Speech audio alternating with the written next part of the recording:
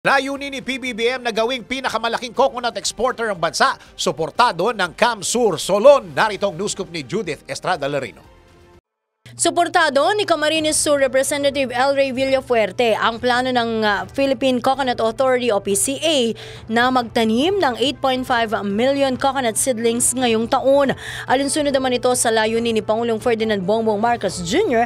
na makapagtanim ng 100 million seedlings pagsapit ng 2028 upang maging pinakamalaking coconut exporter ang bansa.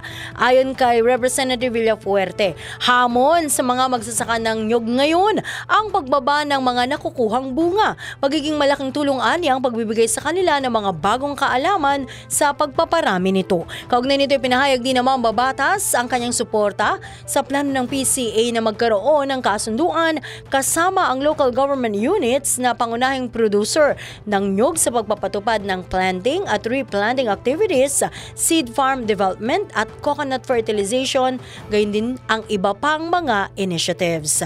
Yan ang aking news scoop. Ako, si Judith Estrada Larino, nagbabalita ng tama, naglilingkod ng tama.